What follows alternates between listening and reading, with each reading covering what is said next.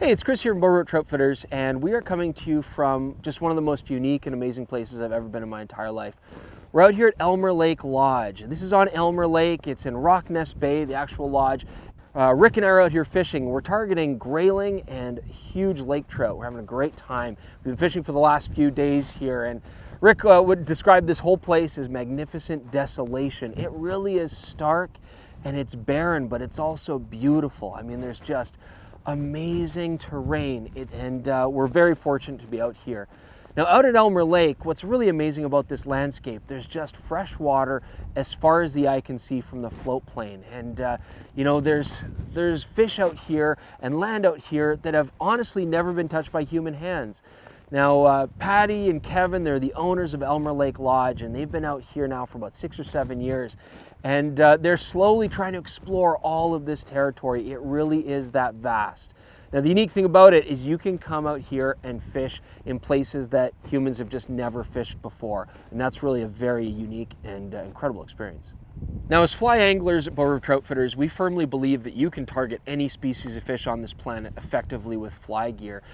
You know, and there's this talk that it's impossible to catch lake trout on fly gear, and it's absolutely not true. We really wanted to come out here. Kevin wanted to bring us out here to help dispel that myth, because it is absolutely possible. We've had some fantastic success over these last 3 days, and it's not just about fishing lake trout on boats. We've actually had fantastic shore fishing, and we've also had incredibly surprising success at the dry fly game out here. You've got some incredible dry fly water, some incredible dry fly action to be had, stuff that I would never expect would be possible in landscape like this. So Rick is going to come on next. He's going to talk about gear that you can use out here and flies for awesome dry fly. Hi, it's Rick here. I want to talk to you about dry fly fishing for Arctic grayling and lake trout. Here on this unnamed river flowing into Aylmer Lake, we've been fishing for Arctic grayling. This is a freestone river. You'll look at here, we have lots of pocket water. We have riffles and drops and pools. The grayling are holding generally below the riffles. They're holding in the faster water. They're holding behind boulders. This is a very typical freestone river.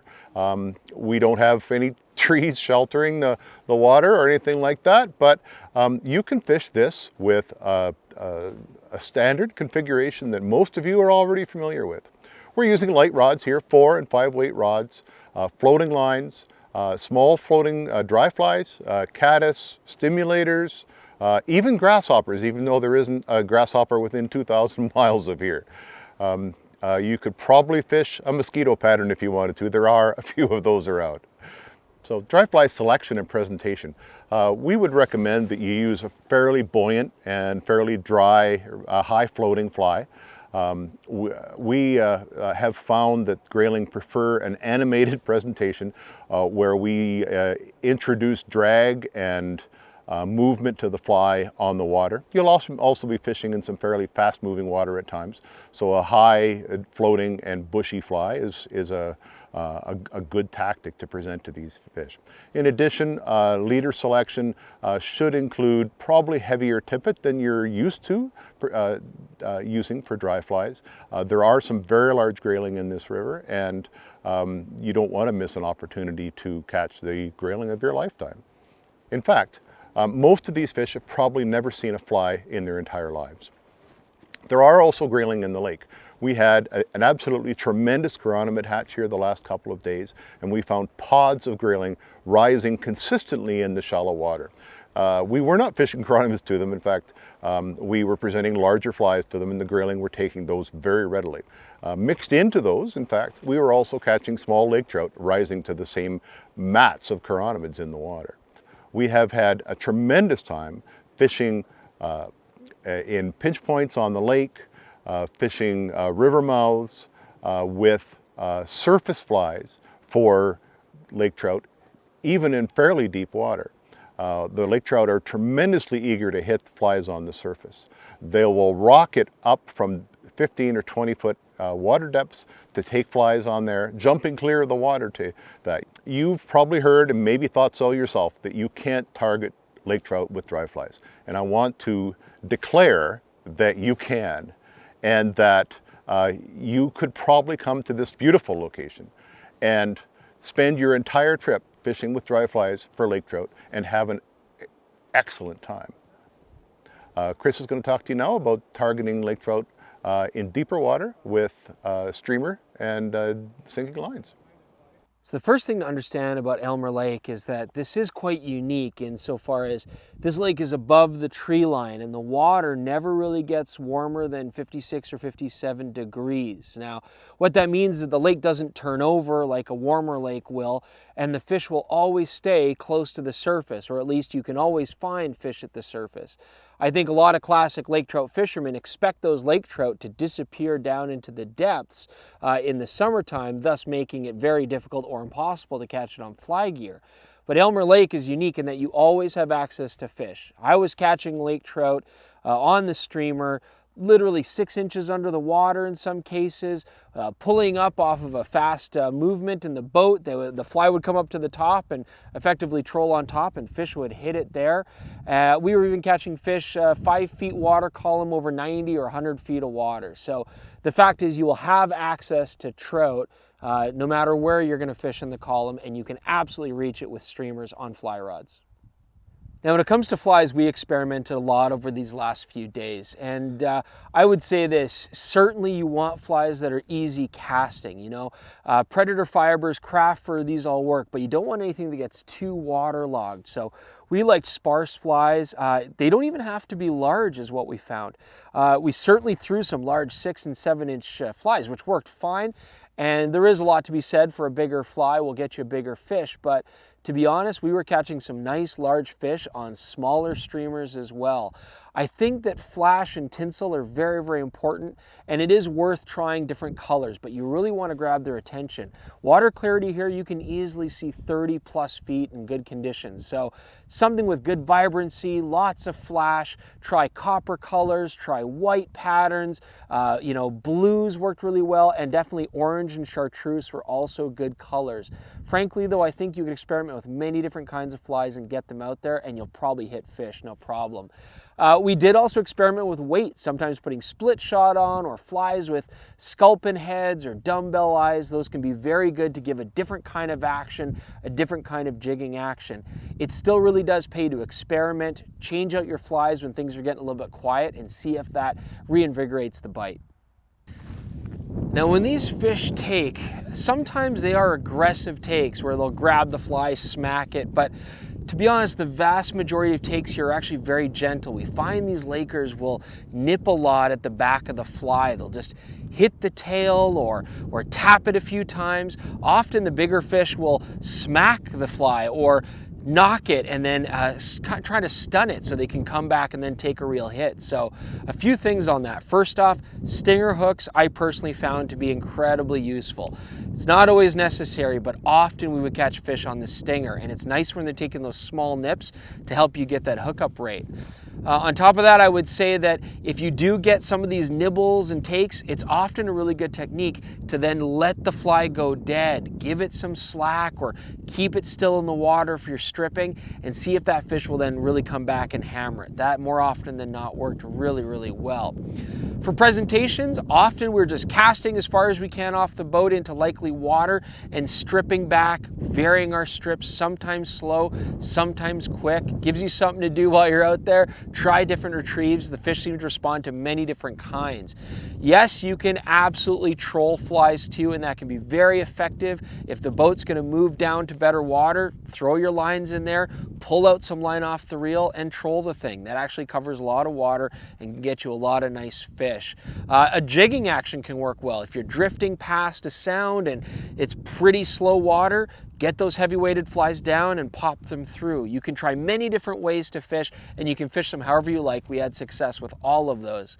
The one consistent thing I would say, although you'll find fish everywhere in this lake in every kind of water, we did have good success with drop off. So we really started to focus on that. You find where the water goes from 4 or 8 feet and then drops very quick into 15, 20, or 30 feet of water.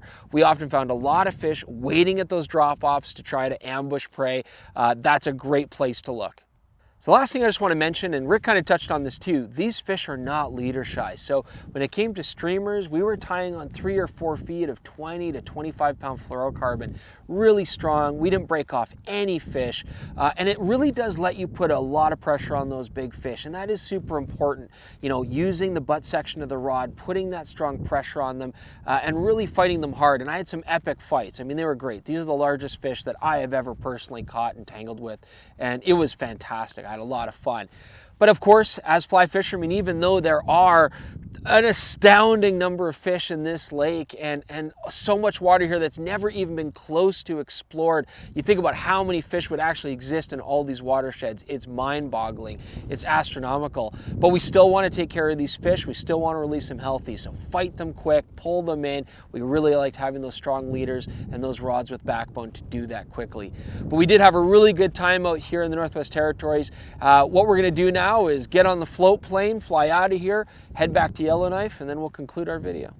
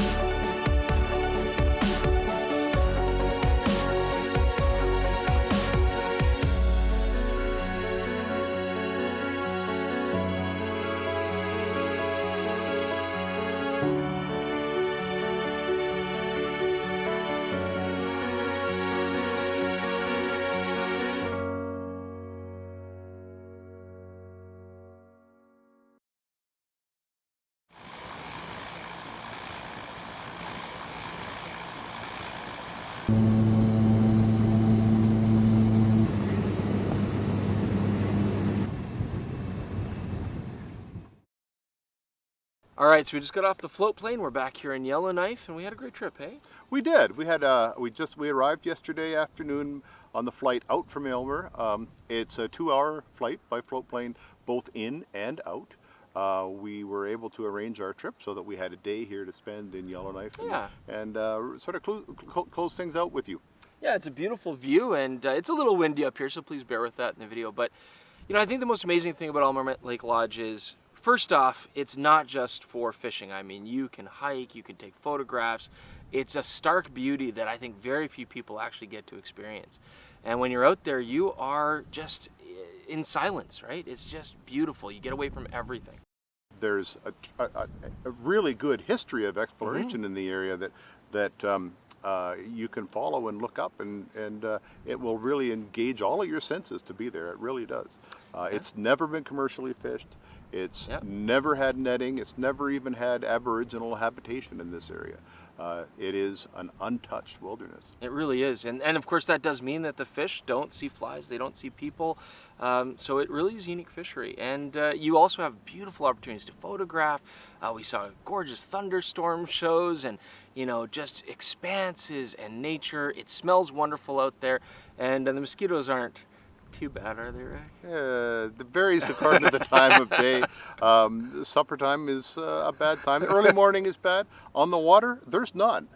Now, of course, this country is primarily fished with spinning gear, hey? So how do we do with our fly rods? We did really well. It's important to acknowledge that spin anglers, gear anglers, will probably catch more fish and outperform in size and numbers than fly anglers. However, as fly anglers, we seek out quality of experience, and that's something I thought we found. We were able to target fish with dry flies. We were able to throw large streamers with sinking lines. Some of us even trolled for lake trout with fly rods. To great success. Some of us didn't do that and had perhaps a philosophically a better time. You know, I think the key thing to remember is you do have a lot of opportunities to fish how you want to fish out here. I wouldn't want you to feel like you bring fly rods and you're going to be forced to fish like the gear guys do. Not at all. I mean, If you see fish rising and you throw a streamer out to them, yes, they will hit it. However, we were skating dry flies, we were throwing out humpies and caddis and, you know, quite small flies on light rods. We saw pods of lake trout thinning for emergers at the surface in the middle of the lake. Yeah. And those fish took mice patterns. Yeah. Yeah, it's incredible. You can absolutely have the experience that you want to have. And remember, how many places are there? I'd say it's a pretty small list where you can fish and throw out dry flies on 4 or 5 weight rods, and you will not catch a fish smaller than 20 plus inches. And you will Grayling catch or lots lake of trout. them. Yeah, you will catch lots of them. We caught lots of fish. We did catch They're lots very of fish. eager. Yeah. All right, so in closing, don't forget, your flies are going to get chewed up, so definitely bring spares. Those lake trout have sharp teeth. A comb would have been nice to get some of the predator fibers out of the hook, but you know, otherwise, 4 and a 5 weight rod I think would cover you pretty nicely for the small stuff. Bring spare rods. Spare rods, absolutely. I mean, I brought a couple 9s, you brought a 9 and a 10. That's about the weight you want to have if you do hook up on some of the bigger fish, eh? Yeah, remember that fly rods don't have a lot of lifting power. These fish do like to stay deep. When you start getting the fish close to the boat, if you are fishing from a boat, you're going to have to keep a mind's eye to the way you're treating the tip of your fly rod. Yeah, which just makes it more fun. Actually, there's a lot of ninja moves and rods going, you know, down low and trying to keep that working in the butt section of the rod. But otherwise, you know, remember there's so much history out here. It is definitely an experience beyond just the fishing. Our hosts, Kevin and Patty, were fantastic. They took care of us. Our guides were getting us out. We worked long days with them. They did a great job. So come out to Aylmer Lake Lodge. Remember that, you know, 20, 30, 40-pound fish, we had legitimate chances at a lot of those fish over these days. And there are 50 and 60-pounders in there that you can catch, and there are probably bigger records waiting to be had. Hope you guys enjoyed that. If you have any questions, come see us at the store. Don't forget, check out BoardRiverTroutfitters.com. We've got all the gear that you would need there. But ask us questions, leave comments below, and we'd be happy to answer them. Thanks so much for joining us on this trip to the Northwest Territories.